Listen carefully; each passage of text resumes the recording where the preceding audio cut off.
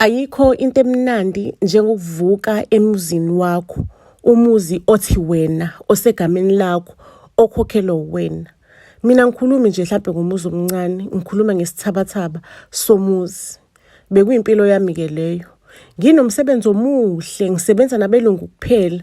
Kuyimina kuphela umuntu omnyama. Inkampani ade ngiyisebenzela ke bekuyinkampani approve uxhaso kubantu abanebhizinisi elithize abafuna ukuthi baxhaswe ngalo, hayi nanomliphi ibhizinisi. Lo hlobo lebhizinisi ke beluhlobo lebhizinisi olenziwa abelungu isikakhulukazi. Abantu abemnyama noma kuthiwa bebelenza at a small scale. Back then bekusayile ikhathi lezi zobandlululo ke. Iyaqala kanje lento. Sonke siyasebenza ke office, it's a normal day nje. Kuvulekele icabha zase-ofisini ke ezinkulu. Phakathi kuphume umuntu omnyama onesikhumba esifana njengesami. Into eqalayo ukwenzakala lapha e-ofisini, aqonde ngqo kuthini okusho ukuthi uzofuna usizo. Hayi ke abantu sebephakamisa amehlo bayabuka ukuthi kwenzakalani because kuhlezi kufika abelungu vele nabantu abamnyama nje bayazi ukuthi kule ndawo nje indawo esiza abelungu futhi kusebenza abelungu kuphela, umina kuphela umuntu omnyama, nama ngazi ukuthi ngangiqashwe kanjani. Afike ke lo bhuti ahlale futhi esihlalweni sami, nami ngimbhekile ngithi hayi ke ngizoke ngibone sikwenzakalani. Hayi lo bhuti ke akhulume ke abingelele asho ukuthi udaba aze ngalo. Mase ngithi ke othi ngike ngivula amaphepha akhe ngibone iproposal yakhe or ngibone iapplication yakhe ukuthi isima kanjani lo bhuti. Hake ngcofoze ngibuke iapplication yakhe. Mengiyibheka le application yakhe ngibona ukuthi lo bhuti ama-chance akhe ukuthi athole lo xhaso le mali azonikezwa lona. Ama-chance awu 0% ukuthi athole uxhaso because ngisho noma kuthiwa le nkampani le industry le mhlawumbe usangena kuyona noma wakaqali, mangabe nje unestory ezizwakalayo, uhulumeni uyakuxhasa ukuthi ukwazi ukuqala kuyona lemboni le.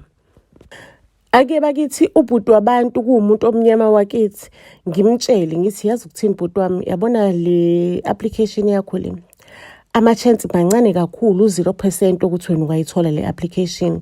Lalela ke kunganjani ukuthi ngoba imininingwane yakho yonke ikhona la, mina ngithatha inamba yakho ngikufonele ngikuphe ikheli lasendlini yami, ufike mhlawumbe ufike ngeweekend ngikusize ngikufundise ukuthi igcwaliswa kanjani lento, uzoyenza kanjani application yakho, which documents are needed, iyiphi information ekumele uyigcwalise.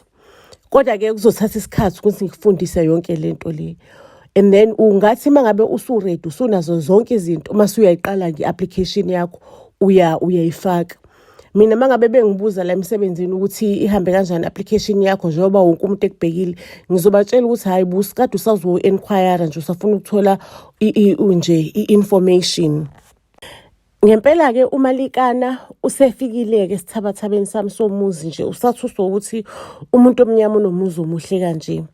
Sengimnikile ke ngimboleke i-computer yami, i-laptop yami because uMalikana beyasangitshela ukuthi hayi uzobhala ama-notes mase yahamba ya ku-internet cafe because akanayo i-computer nje. Vele by the time i-computer bengasiyona into abantu abanayo kangako, beyade itholakala ema-internet cafe.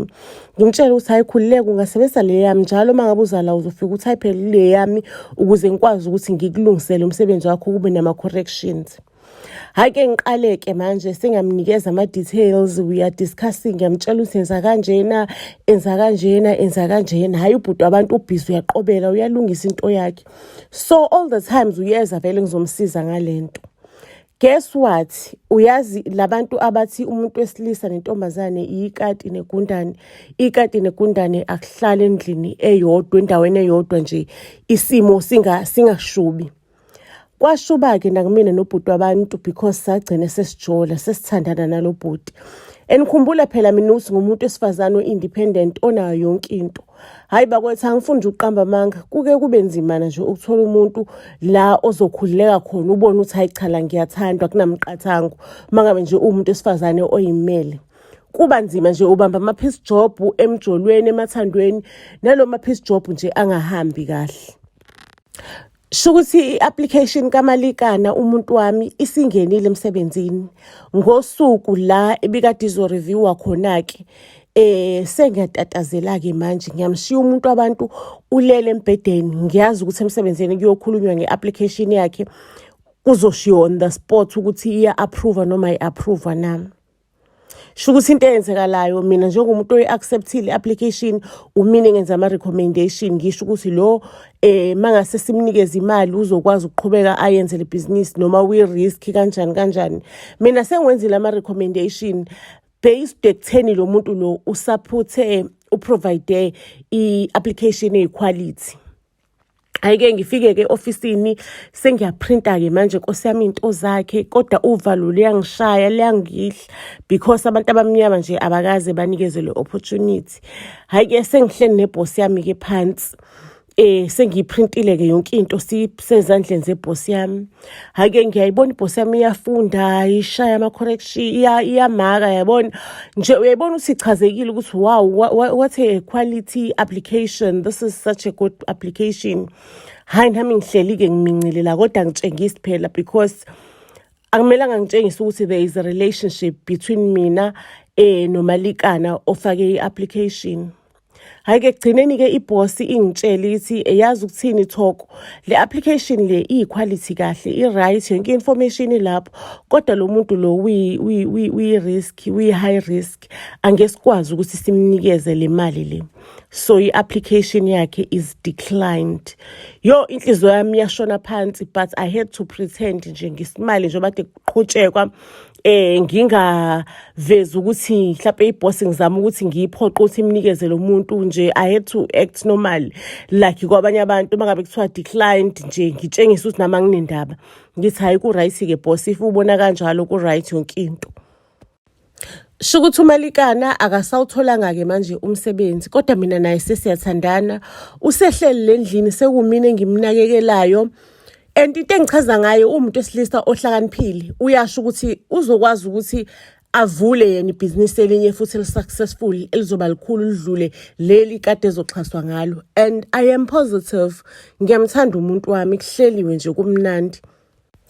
Ngalezo ikhathi-ke bese kuyikhathi zokuthi sekuthiwa kuwona wonke ama-departments sekuqashwa abantu abamnyama, kubhalansi abelungu nabantu abamnyama. Ngicela ukukutshela ukuthi nje abelungu baphuma sekugcwele nje odakhi ngoba bengakwazi ukuthi basebenzisane nodakhi, bengafuni nje ukubona umuntu omnyama. Lapho-ke mina because kudala ngafika kulela office ngavelane ngakhushulwa ngabekwe esikhundleni esikhulu ukuthi sekuwumina ophethe, sekuwumina osegcineni kuyena o-approvayo ama-applications.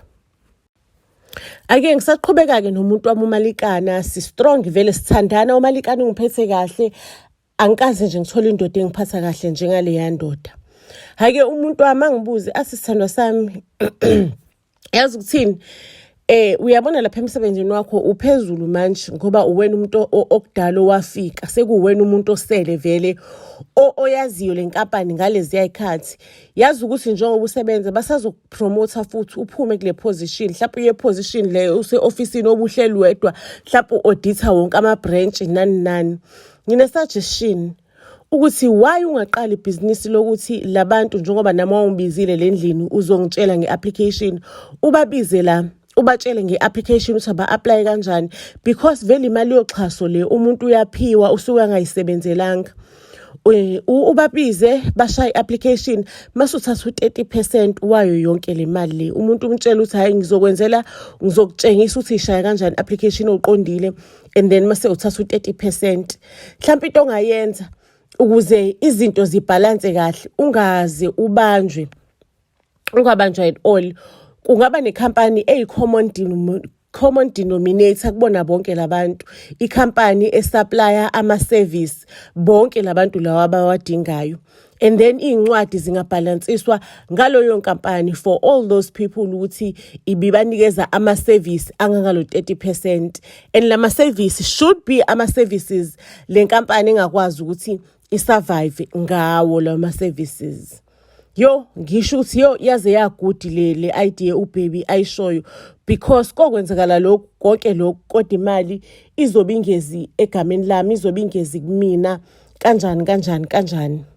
Mase ngingedwa ngicabanga ukuthi hayi lento yenkampani eyi-common denominator izoba inkinga. Mina nje umuntu angimtshela ukuthi thina emsebenzini wethu siqala ukudeposita imali u-30% phambili, mase kuthi emva kweinyanga sesiyabona ukuthi siqala sideposit u-50%, mase kuthi emva kweinyanga sesiyabona ukuthi okay now usuya establisha, usuyaqala ngebhizinisi lakho, mase sikhipha the remaining 50%.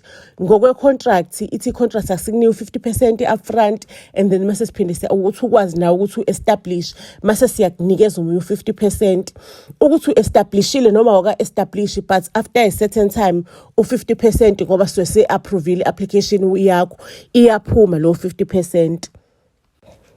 Sho ukuthi mina-ke ngishaya ama-approval, ngiya-approva left, right and center, ngi-approve abantu ngobuningi ukuthi bathole uxhaso. Thola u-30% wami futhi senguthola cash, angutholi kwi-middleman because ngiyabona ukuthi middleman le izongixabanisa, izongifaka enkingeni. Hhayi-ke ziyahamba nje, kuyaphusheka umsebenzi. Inkinga le iqala khona sesinemali-ke manje, imali yangena nendoda yami ngiyayisherela nje, ine-allowance vele itholayo. Ine-percentage engiyipha yona le ndoda ukuthi hayi yangiphi i-idea emnandi. Nansi inkinga le khona, ubabazi useney'tayela-ke manje, useyadelela ubabazi, useyajola, uselala ama-out, mengalalanga ama-out ubuye ebusuku.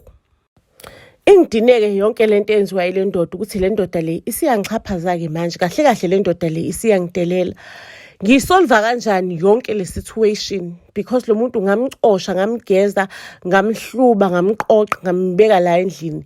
Ngibhizi ngimuphana nemali yami because uthi yena kunebhizinisi afuna ukuliqala, and ngimtrustile ukuthi umuntu ohlakaniphile ngoba ngambona ngalesikhathi senze proposal. Kodwa nje ibhizinisi angiliboni dololo ibhizinisi. Umuntu manje kuqhunyuzwa le mali le mina engibribhisa ngayo abantu. Angifuni uqamba amanga, le mali isingenile isiningi sekwama-millions and you cash. La ehleli khona le mali le nendoda yami iyazi ukuthi imali ihleli kuphi. Iyazi nje ukuthi imali kuphi. Ngiyamnikeza vela ngimncishe yona le mali. Hake yathi indoda yami ngadecide ukuthi yazi ukuthini, ngizostopha ukumnikeza imali because usengijwayela kabi, useyibone uNkulunkulu yena ukuthi wangitshena le idea, useyibone uNkulunkulu akasancengile, usesile, usenempiko. Ngicela ukunitshela ukuthi indoda yami-ke sekuyaxatshana-ke manje ukuthi angisamnikeza imali, ufuna imali la. Ngimtshengisa ukuthi boss okimangi akunamali wayithola la. Akunamali wayithola. Kungekudala mungalungisa indlela zakho, phela mina nawe asishadile. Uzophuma uphele la emzini wami. Ungacabanga ukuthi wena uyiphakade lami, ngakuxosha manje mina la emzini wami. So fix indlela zakho, uyiphathe kahle. Ayike umalikana akangitshela ukuthi ngikunikeza just few hours ukuthi uyicabange ukuthi unginikeze le mali noma unganginikezi because le mali ngiyayideserve, and if you decide ukuthi awunginikezi uzoyisola. Ngithi lalela la, unganginikeza ama-hour, awunginikeze iviki ubone ukuthi lophela goloqo iviki ungayitholanga lo mali.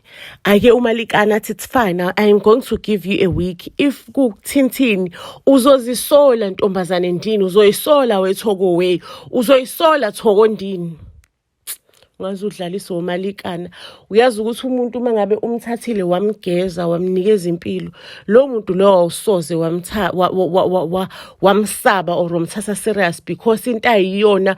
Uya nje endlini encane, uya imali yakho, uya umsebenzi yakhe enzima oyenzile endlini encane, uya ngemali yakhe endlini encane. Umsaba kanjani umuntu oyendlini encane eya ngemali yakho? Teksa njalo sengisemsebenzini-ke siwuphelile u7 days. Ngibone ngamaphoyisa etheleka e-ofisini lami, hayi kungene elilodwa kodwa amanye ami ngaphandle kwesicabha se-office. Nami ngitshengisa ungathuki nje, angicabanga indaba yokuthi mhlawumbe umalikana angangibizela amaphoyisa. Ngokungakhulu ukuthuka ngitshela ukuthi nje mhlawumbe khona into amaphoyisa azoyidinga la. Hake amaphoyisa angitshela athi acela ukuthi ngihambe nge-police station, kunemibuzo emincane abafuna ukungibuza yona. Hake sifike-ke bafethe police station, sengihleli laphayana-ke. Liqale-ke iphoyisa lingitshela ukuthi Miss Thokozile siyakubopha namhlanje, ufakelwe icala ngokuthi wena abantu bayeze endlini yakho ubatshele ukuthi abagcwalise kanjani, and then masuyafika wena emsebenzini you approve ama-application akho. So uzoboshelwa i-corruption namhlanje ukuthi wena you take monies from these people u-30% ukuthi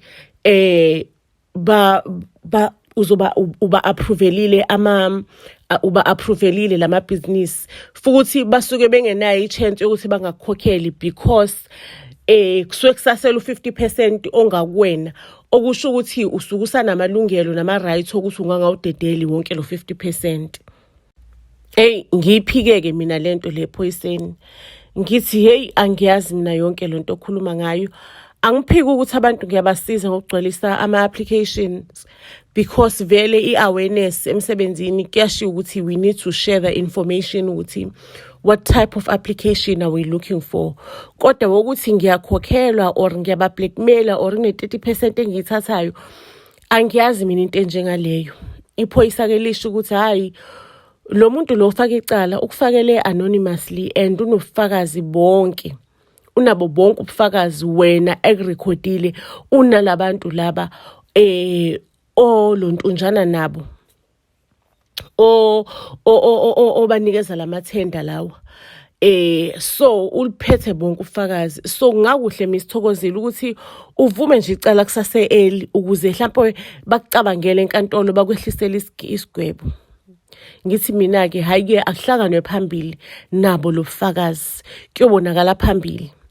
Ubani yena lo muntu lo ngifayela icala ungafuna ukuzisho? Lisho iphoyisa ukuthi hayi lo muntu u-anonymous, kodwa-ke nje ukuze ngikutshele ukuze ukhuluma iqiniso, lo muntu lo umuntu othandana naye, uhlala naye endlini, usinikeze bonke ubufakazi obungakugojela. Sengikuma-holding cells-ke manje, hayibo, sengiyacabanga ukuthi ngaze ngayifaka inyoka endlini, umuntu angilume angijikele esiswini njengotshwala. Lo muntu sekuneminyaka emingaka ngigugusheka naye engenzi lutho, edla imali yami nje qha. Even noma ngingakaqala ungitshontsha lengintshontshayo bekaphila ngemali yami, edla imali yami, engasebenzi lo muntu elokuthi hayi khona ibhizinisi elikhulu ezoqala ngimnikeze imali kungabi khona na business. Lo muntu kanti uzongijikela esiswini njengenyoka kanje, ungabe umtrusta umuntu uyisitha sakho. Umuntu is your worst enemy. Ake bafethu ngisindeke enkantolo ngeindaba zokuthi emsebenzini kumapholisi wakhona kuyashiwo ukuthi asenze awareness and teach people on how to fill in lama applications and tell them ukuthi how to, but ayikazi ibe khona i-budget yokuthi mhlawumbe senze ama-class sikhulume ngokuthi how to do this, uyenza kanjani. But nje kuthiwa just spread the awareness. Inkantolo-ke ingibone ngingenacala ngeindaba zokuthi lo bufakazi obulethwe ulo muntu wami, umathandana wami, buyaveza nginomuntu sikhuluma because mina indaba ya 30% umuntu bengakaze ngimtshele yona, bengakaze ngiyikhiphe ngowami umlomo because umuntu wami yena bekuyena ohambayo eyofuna abantu. Usekhulumile nalabantu ukuthi wozani umuntu wami uzonifundisa ukwenza lama application, nina nimfakela u30%, nuletha endaweni ukuthi nubeke endaweni ukuthi kanje. Shukuthi kuzona zonke lezi zinto indoda yami ngirekhode kuzona, ngitshengisa abantu, ngibachazela endlini yami ukuthi application uyenze kanje. Ayikukho la engikhipha khona ngowami umlomo elika 30% because bengakaze ngilikhiphe because bengazi labantu ukuthi ngabatrusta kanjani. Bekuyindoda yami ekwenza ama-arrangement prior.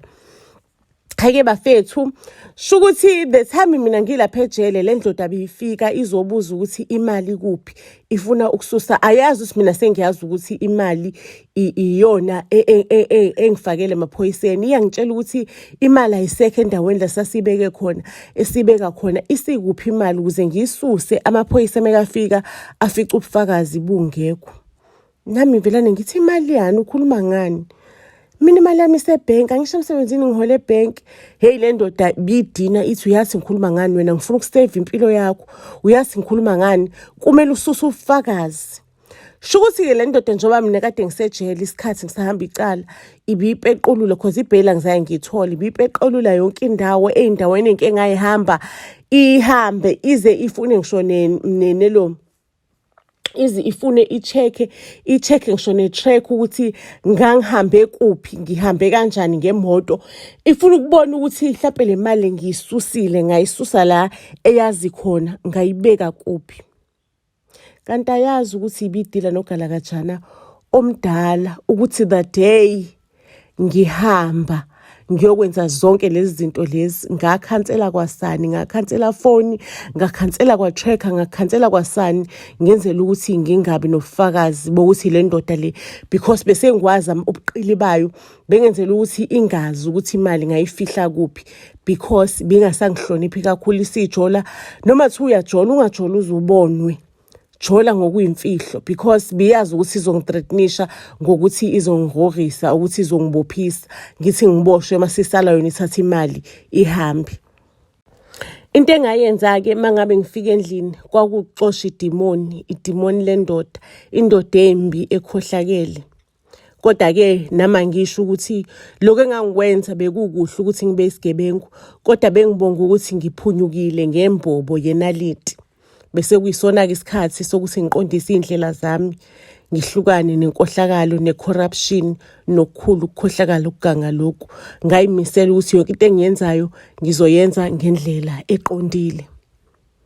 Ngayixosha-ke vele le ndoda eyiluze endlini yami. Ngezwa sekuthiwa isikwatile kuphi, ixoshiwe, iphinde ihambe yosikwata nobani. Isihluphekile nje ngoba yona yayibhizi idla imali, icabanga ukuthi izophumelela ngamaqhubu omunye umuntu ukuthi iyongibophisa, ithathe yonke imali yami.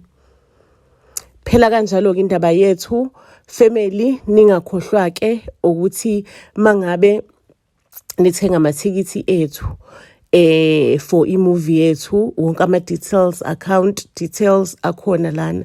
Isiyo laliboneneke ey'torini elandelayo. Siyanithanda kakhulu.